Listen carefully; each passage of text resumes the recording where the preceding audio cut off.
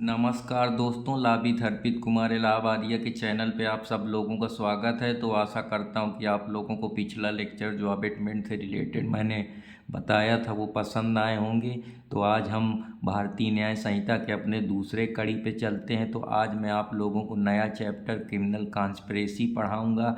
तो ये मेरा इंट्रोडक्शन चैप्टर होगा। तो इसमें आज मैं थोड़ा इंट्रोडक्शन में थोड़ी चीज़ें बताऊँगा कि क्रिमिनल कॉन्स्पिरेसी क्या है और क्यों की जाती है। ये सारी चीज़ों के बारे में आज हम जानकारी लेंगे। साथ ही साथ जहाँ पे भी अगर कोई प्रोविज़न इंटरलिंक हो रहा होगा उस सेम एक्ट से या अदर एक्ट से, तो वो भी सारी चीज़ें हम डिस्कशन करेंगे। तो आशा करता हूँ कि आप लोगों को समझ में आया होगा। जैसे क्रिमिनल कॉन्स्पिरेसी के कई सारे मामले ऑफेंस अगेंस्ट स्टेट पे वहाँ पे कॉन्स्पिरेसी करी जाती है, वेज वार के ज़रिए की जाती है। ये सारी चीज़ों पे मैं आप लोगों को मल्टीपल डाइवर्सिटी पर्सपेक्टिव से बताऊंगा। तो आशा करता हूं कि आप लोग सराहेंगे। अगर पसंद आए तो कृपया अर्पित कुमार इलाहाबादिया के चैनल लाभित अर्पित कुमार इलाहाबादिया को लाइक सब्सक्राइब करते रहें।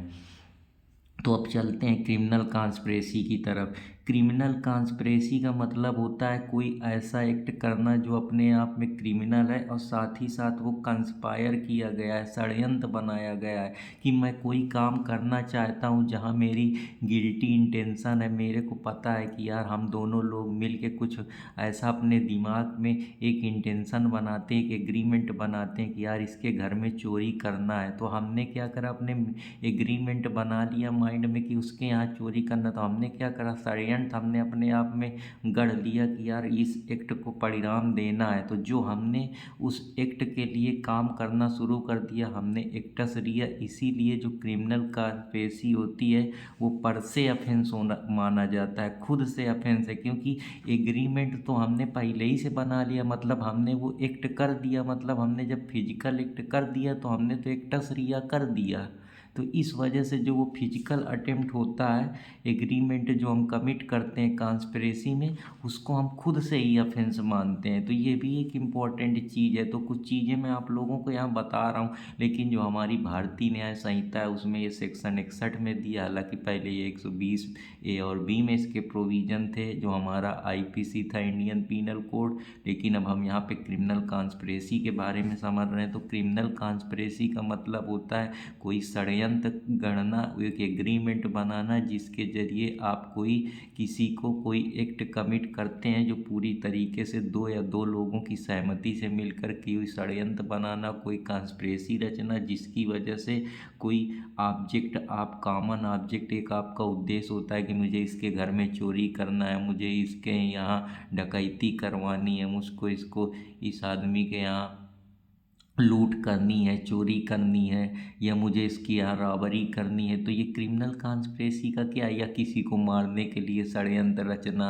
या किसी को हर्ट कराने के लिए षड्यंत्र रचना। तो कई प्रकार से षड्यंत्र रचे जाते हैं। तो अब षड्यंत्र एक आदमी तो रचेगा नहीं, इसमें जो मेन चीज़ होती है कि टू या मोर पर्सन। तो पहला इसेंशियल इंग्रेडिएंट, अगर प्रैक्टिकल क्वेश्चन आता है तो आपको इसेंशियल इंग्रेडिएंट याद रखना बहुत ज़रूरी है। क्योंकि बिना इसेंशियल इंग्रेडिएंट के आप ये नहीं पता कर पाएंगे कि एक मामला किस में बनेगा, कौन से केस में फाल करेगा। इसीलिए इसेंशियल इंग्रेडिएंट जब आईपीसी के याद होते हैं, इवन चाहे बड़े बड़े जज हों या जस्टिस हों, उनको ये चीज़ मालूम होती है कि क्रिमिनल कॉन्स्पिरेसी के कौन कौन से इसेंशियल इंग्रेडिएंट है। तब वो प्रैक्टिकल ऑब्जर्वेशन का केस का यूज करते हुए जो ये हमारी नॉलेज है, ये जो इसेंशियल इंग्रेडिएंट है, इनका ध्यान में रखते हुए उस केस पे ऑब्जर्वेशन करते हैं, इंटरप्रिटेशन करते हैं। इसके बाद वो बताते हैं कि मामला किस में फाल होगा। तो इस तरीके से आपको सोचने की ज़रूरत है और आशा करता हूँ कि आप लोगों को पसंद आएगा। तो क्रिमिनल कॉन्स्पिरेसी में सबसे पहले तो दो या दो से ज़्यादा एक आदमी क्रिमिनल कॉन्स्पिरेसी नहीं कर सकता, क्योंकि षड्यंत्र के लिए तो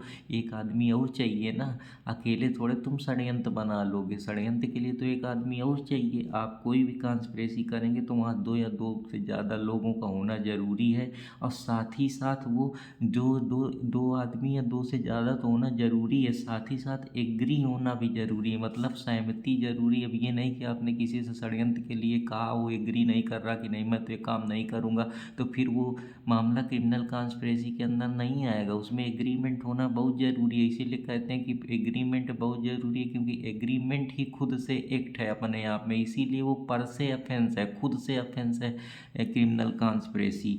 तो आशा करता हूँ जब आप कोई टू या टू मोर पर्सन किसी काम को एग्री करते हैं, कॉमन ऑब्जेक्ट टू डू, कोई जो कॉमन ऑब्जेक्ट है, कोई भी कॉमन चीज़ को उठा लीजिए। जब मैंने थिफ्ट को उठा लिया, मैंने चोरी को उठा लिया, मैंने डकैती को उठा लिया, तो या मैं किसी के ग्रीवियस हर्ट या मर्डर को उठा लिया, तो मेरा कॉमन ऑब्जेक्ट क्या है कि मैं वो काम कराना चाहता हूँ, या कास्ट टू बी डन, या ऐसा होना चाहिए। और दूसरी बात, वो एक्ट क्या होना चाहिए, इलीगल होना चाहिए। अब जैसे मैं रॉबरी करा रहा हूँ तो ये कानून की नज़र में लीगल है कि नहीं है, या मैं किसी का ग्रीवियस हर्ट करा रहा हूँ ये लीगल है, मर्डर करा रहा हूँ इलीगल है, किसी अफेंस अगेन स्टेट के खिलाफ कोई मैं षड्यंत्र रख रहा हूँ, या किसी को मैं पूरी तरीके से हार्बर कर रहा हूँ, उसको अपराधी को जानते हुए कि वो अपराधी है फिर भी मैं उसको शरण दे रहा हूँ, तो ये कानून की नज़र में क्या है। तो इसीलिए पहला जो होगा वो इलीगल एक्ट होगा, act which is not illegal, illegal by illegal mean such an agreement design. और जो वो एग्रीमेंट हुआ होगा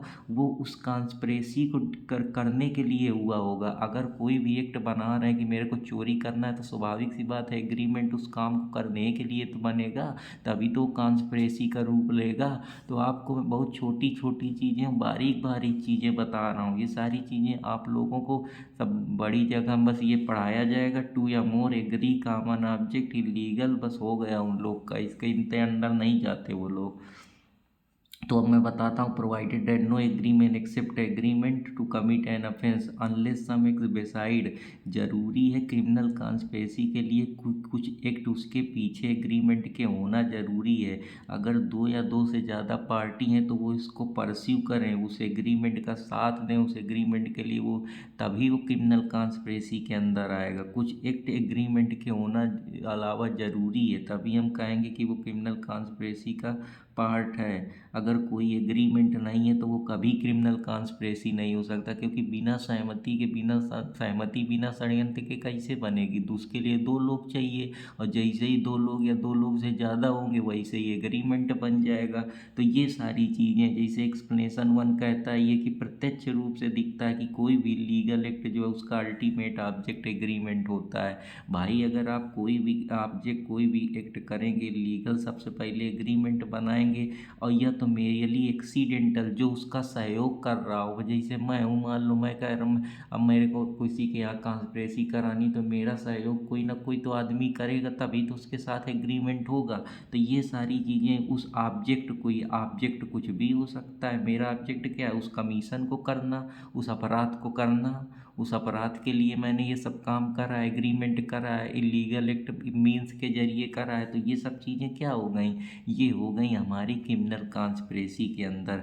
अब सेकंड एक्सप्लेनेशन कहता है हुएवर इज अ पार्टी, जो भी क्रिमिनल कॉन्स्पिरेसी की पार्टी है, अगर वो कोई ऑफेंस करती है जो कि पनिशेबल है, या तो डेथ के लिए, या इम्प्रीजनमेंट फॉर लाइफ के लिए, या रिगरस इम्प्रीजनमेंट है उसका टर्म ऑफ 2 ईयर या उससे ऊपर, और अगर उसके लिए कोई भी एक्सप्रेस प्रोविज़न नहीं दिया है उस संहिता में उस पनिशमेंट के लिए जो आपने कॉन्स्पिरेसी करी है, तो फिर वो सेम माइनर पनिश होगा जैसा उस वो एक्ट के लिए अबेट करा है, या उसने उस चीज़ के लिए उकसाया है उसको। तो पहला जो प्रोविज़न है वो ये बात करता है। दूसरा कहता है कि अदर देन क्रिमिनल कॉन्स्पिरेसी, अगर क्रिमिनल कॉन्स्पिरेसी को छोड़कर अगर आपने कोई ऑफेंस करा है जो ऑफेंस पनिशेबल है, या तो कम से कम 6 साल से 6 महीना से ऊपर एक्सीड नहीं करना चाहिए, या फाइन साथ में हो सकती है, या विथ फाइन हो सकती है।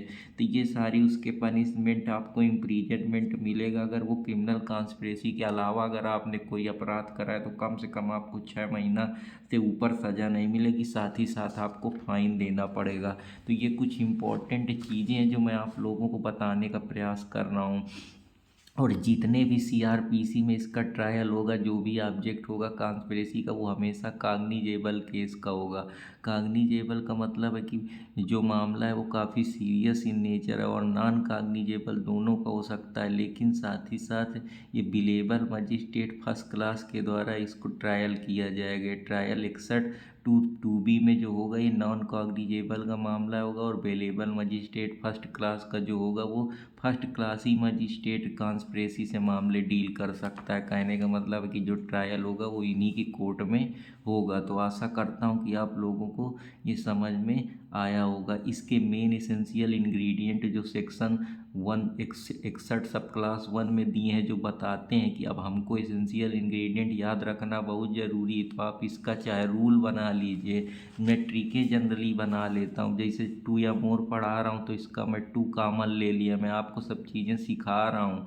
टू सिखा लिया, फिर हम एग्रीमेंट ज़रूरी है तो हमने टू ए रूल बना लिया। फिर हमने कि cause to be done, agreement का कुछ कास होना चाहिए, इलीगल होना चाहिए, तो कास हो गया टू ए सी, इलीगल हो गया एल। तो आप ऐसे याद रख सकते हैं two A C L rule. इस two A C L rule से आप सारे जो इसेंशियल इंग्रेडिएंट है वो आपको याद रहेंगे। टू या मोर मतलब पर्सन होना चाहिए, ए से एग्रीमेंट होना चाहिए, सी से कास कुछ भी उस एक्ट के पीछे होना चाहिए कि कारण क्या है उस एग्रीमेंट का, क्यों आप कॉन्स्पिरेसी कर रहे हैं, इलीगल एक्ट होना चाहिए, और बाई इलीगल मीन्स होना चाहिए।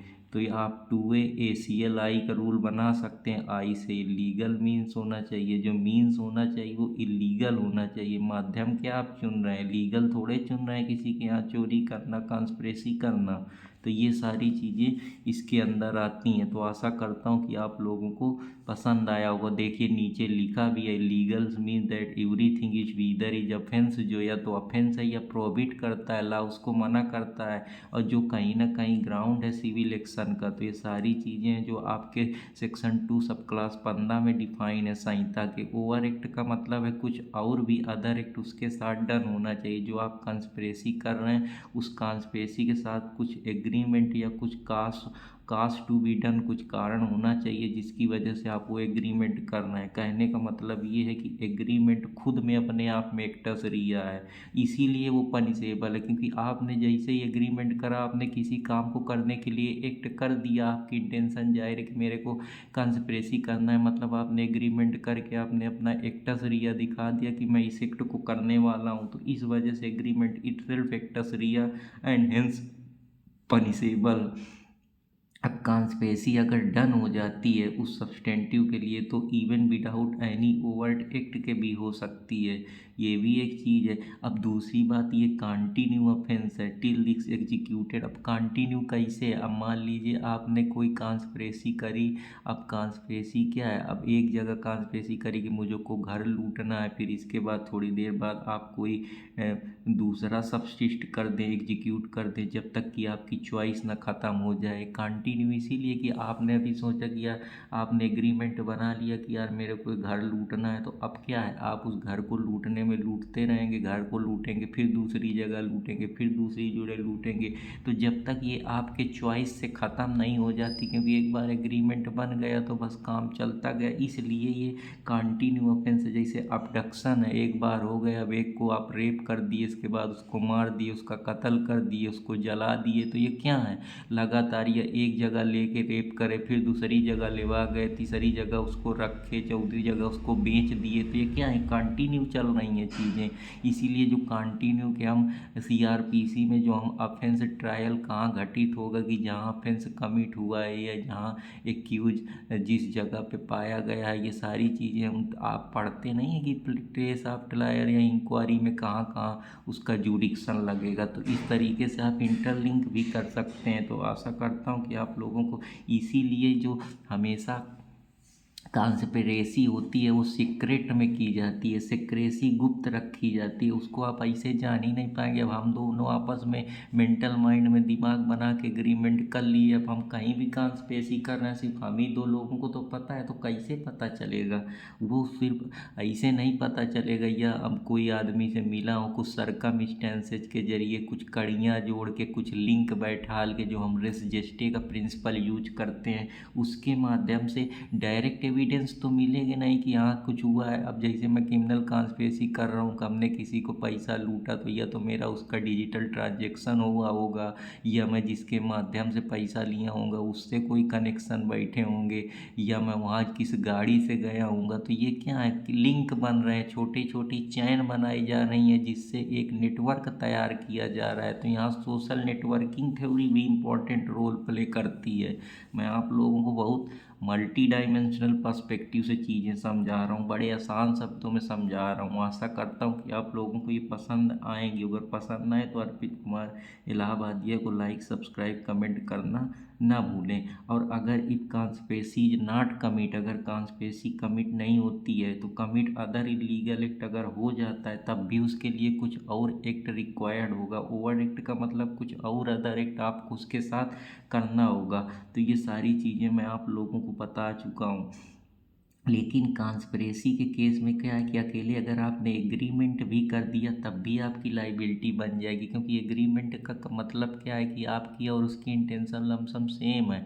तो यहाँ पे हम क्या कह सकते हैं कि ये एक तरीके का कॉमन इंटेंशन का ही खेल तो चल रहा है क्रिमिनल कॉन्स्पिरेसी में। ऐसे आप सोच सकते हैं कि भी जब एग्रीमेंट कर रहे हैं तो लमसम इंटेंशन तो दोनों की सेम ही है ना, षड्यंत्र करने के लिए। तो ये भी एक चीज़ हो सकती है। ओवर एक्ट तो होना ज़रूरी है कि उस कॉन्स्पिरेसी के साथ कि कुछ और एक्ट भी आप कर सकते हैं। इसीलिए जो मेयर एग्रीमेंट है वो इनफ है। किसी भी एग्रीमेंट को अगर कोई अपराध कर रहे हैं, अगर आप अबेटमेंट बाई कॉन्स्पिरेसी कर रहे हैं अंडर सेक्शन 45 में, या कोई इलीगल ओमिशन जानबूझ के जो इलीगल है उसको नहीं बता रहे हैं उस कॉन्स्पिरेसी के परसुएंस में, या मेयर एग्रीमेंट इज, तब जो है अगर कॉन्स्पिरेसी अबेटमेंट बाई कॉन्स्पिरेसी है तो वो कुछ कॉन्स्पिरेसी के साथ परसुएंस होना ज़रूरी है। मेयर एग्रीमेंट तब इनफ नहीं होगा, लेकिन क्रिमिनल कॉन्स्पिरेसी के लिए मामला हमेशा इनफ होता है। लेकिन अबेटमेंट के लिए, क्योंकि अबेटमेंट आप कैसे कर रहे हैं दूसरे की, अबेटमेंट का मतलब हम किसी को इंस्टिगेट कर रहे हैं, इंसाइट कर रहे हैं। हो सकता है मेरी इंटेंशन उसकी इंटेंशन डिफर कर जाए, लेकिन कॉन्स्पिरेसी में मेरी इंटेंशन उसकी इंटेंशन, क्योंकि हमारा तो एग्रीमेंट ही सेम काम को लेके हुआ है। तो आशा करता हूँ कि आप लोगों को ये छोटे छोटे बारीक पॉइंट समझ में आ रहे होंगे। अगर समझ में आ रहे हैं तो अर्पित कुमार इलाहाबादिया को लाइक सब्सक्राइब कमेंट करते रहें। अब सरकमस्टेंशियल एविडेंस की बात करते हैं। सरकमस्टेंशियल का मतलब होता है वही कि हम सरकमस्टेंस के जरिए समझते हैं कि कौन सी अपॉर्चुनिटी उसके स्टेट ऑफ माइंड में क्या था, काज क्या था, उस चीज़ का इफेक्ट क्या था, कौन सी कड़ियाँ जुड़ी थी, किससे मिला, कहाँ से मिला, कौन से किन किन चीज़ों के लिंक बने, कैसे हम उस तरह पहुँच पाए। जो एक हमारा पूरा मूवमेंट या चैन है वो सरकमस्टेंस है, जो कि परिस्थितियाँ थी। अब जैसे मैं अपने दोस्त को लेवा के गया, अब मैं उसको कहाँ लेवा के गया, थोड़ी बात बाद में किससे मिला, बाकी बात में थोड़ी देर बाद चला आ रहा हूँ तो अगर कोई आदमी देखा कि यार ये इसको लेवा के गया था, तो ये सब चीज़ें क्या हैं, परिस्थितियाँ बन रही हैं, धीरे धीरे कड़ियाँ जोड़ रही हैं, जिनके माध्यम से मैं उन तक पहुँच रहा हूँ कि अच्छा एक्चुअली फिर मुझको पता चला जब कड़ियाँ जुड़ जाएंगी, अच्छा मेरा इस चीज़ के लिए एग्रीमेंट हुआ था, तब मैं कॉन्स्पिरेसी तक पहुँच सकता हूँ। उसके लिए कोई डायरेक्ट एविडेंस आपको नहीं पहुंचा पाएंगे, क्योंकि ये गुप्त में की जाती है। अब गुप्त को आप कैसे जानेंगे जब तक कोई आपके पास सरकमस्टेंसेज नहीं होंगे, कोई कड़ियाँ नहीं होंगे, कोई कनेक्शन या लिंक नहीं होगा, कोई नेटवर्किंग नहीं होगी, कोई आपकी उसके पीछे जो और भी लिंकेज हैं, या कोई छोटे छोटे टुकड़े हैं जिनके माध्यम से आप वहाँ तक पहुँच सकते हैं, या छोटी छोटी जो हम कह सकते हैं डिटेक्शन की, जो मैं आप लोगों को कि डिटेक्ट करके हम कैसे कैसे सेंसेशन के जरिए पहुँचते हैं। जैसे रडार होता है उसी तरीके से मैं आप लोगों को सेंसेशन में पढ़ाया था ना, डिटेक्शन थ्योरी इसके लिए रूल करती है। हालांकि ये जो डिटेक्शन की फिलॉसफी है ये आप लोग जब आप लोग फॉरेंसिक पढ़ते हैं तो वहाँ पे लगाई जाती है। तो ये सारी चीज़ें हैं, तो आशा करता हूँ कि आप लोगों को ये भी समझ में आई होंगी। इसमें एक केस है Kehar Singh versus state of Delhi administration का। ये केस कहता है कि जो अगर offence can be only proved, offence को जो अपराध हुआ है हम उसको तभी प्रूव कर सकते हैं जब हम कुछ इंटरफियरेंस, कुछ निष्कर्ष निकालें जो हमने एक्ट करा है या कोई लीगल ओमिशन करा है।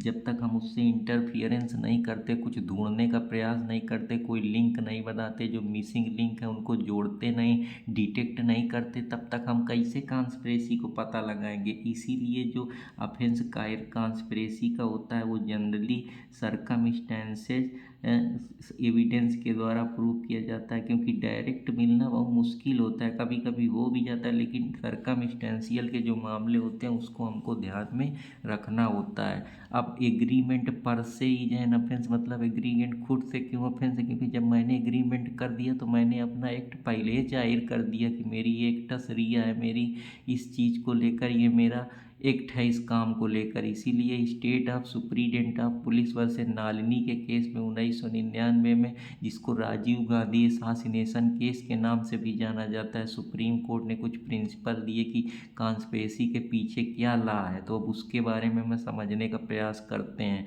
तो agreement to commit an offence, conspiracy per se an offence, खुद से ऑफेंस है क्योंकि हमने उस पर पहले ही अपना एग्रीमेंट दे दिया, हमने एक्ट अपना कर दिया है। कॉन्स्पिरेसी हमेशा सेक्रेसी में की जाती है, इसीलिए इसके जो प्रूफ हैं वो डायरेक्ट मिलना डिफिकल्ट है। इसलिए हम इन्फ्रेंस का यूज करके, रेस जेस्टे का यूज करके एक्यूज का जो कंडक्ट है हम रेलेवेंसी में पढ़ते हैं उसके जरिए पता करते हैं। ये एग्रीमेंट हमेशा अनलॉफुल होता है, क्योंकि लॉफुल कहाँ से होगा, आपको काम कर रहे हैं लॉ की नज़र में गलती कर रहे हैं, एग्रीमेंट कर रहे हैं, and not it accomplishment is just essence of offence. जरूरी नहीं है कि जो एग्रीमेंट आप अनलॉफुल कर रहे हैं वो कमिटी हो जाए, कभी कभी वो एकम्प्लिश नहीं होता, लेकिन अगर आपने प्रयास भी करा है तब भी वो एग्जिस्टेंस बताता है कि आपने कॉन्स्पिरेसी के लिए, अपराध के लिए उसको इसेंस माना जा रहा है, क्योंकि आपने अटेम्प्ट तो कर ही दिया जैसे आपने एग्रीमेंट बना लिया।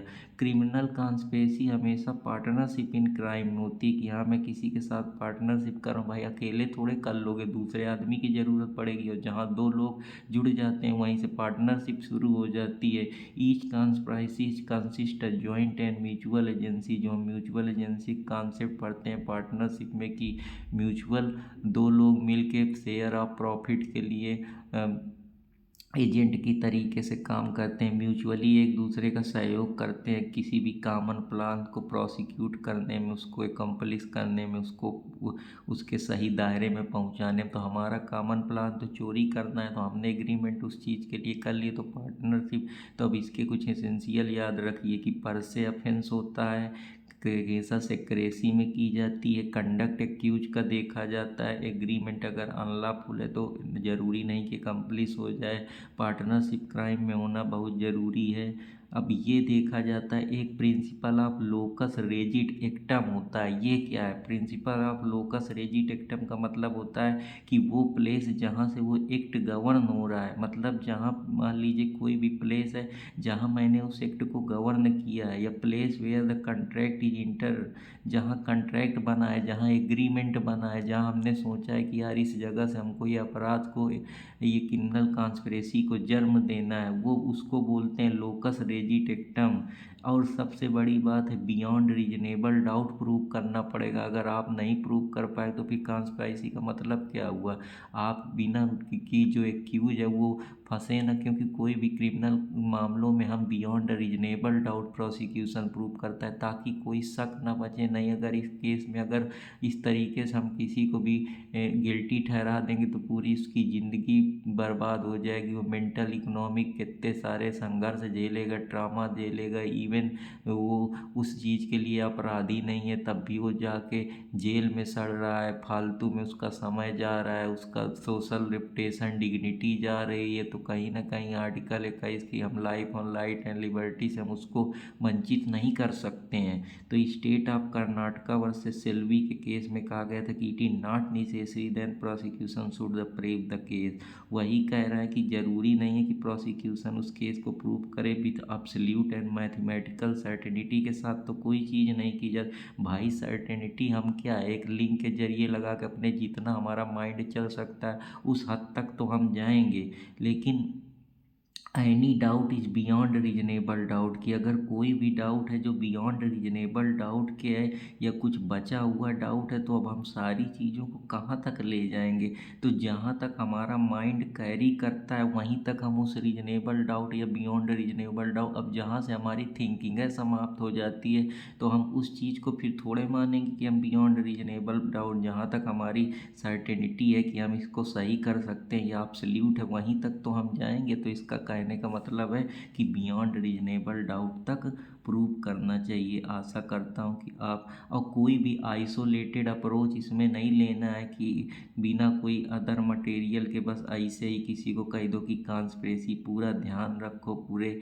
सरकमस्टेंसेज जुआओ, जो भी चीज़ें लग रही हैं किसी भी, ताकि जो किसी भी एक्यूज को गिल्टी ठहरा रहे हो तो उसके लिए एक आइसोलेटेड नहीं कि बस एक अप्रोच पकड़ लिया, उसको कह दिए कि तुम गिल्टी। उसके मटेरियल फैक्ट को देखो, सरकमस्टेंस को देखो, उस नेचर ऑफ द केस को देखो, फिर एनालिसिस करो, तब पहुंचोगे। तो state of Orissa versus Mahimananda Mishra के केस में जो 2019 का है, तो आशा करता हूँ कि ये आप लोगों को बेसिक समझ में आया होगा। अब अटेम्प्ट कैसे करते हैं क्रिमिनल कॉन्स्पिरेसी के रिलेटेड, अटेम्प्ट जो कमिट ऑफेंस करते हैं, वो सारी चीज़ों के बारे में मैं सेक्शन 62 से आपको कल चीज़ें बताऊंगा। और कल मैं आप लोगों को बहुत सारी चीज़ें बनाऊंगा, क्योंकि ये छोटा सा है तो इसको 3 टॉपिक में हम लोग ख़त्म कर देंगे। तो आशा करता हूँ कि आप लोग अर्पित इलाहाबादिया के साथ बने रहेंगे, लाइक सब्सक्राइब कमेंट करते रहेंगे और अपने भाई को आशीर्वाद देते रहेंगे। तो फिर मिलूँगा, तब तक आप लोगों से इजाज़त चाहता है आपका दोस्त अर्पित कुमार इलाहाबादिया।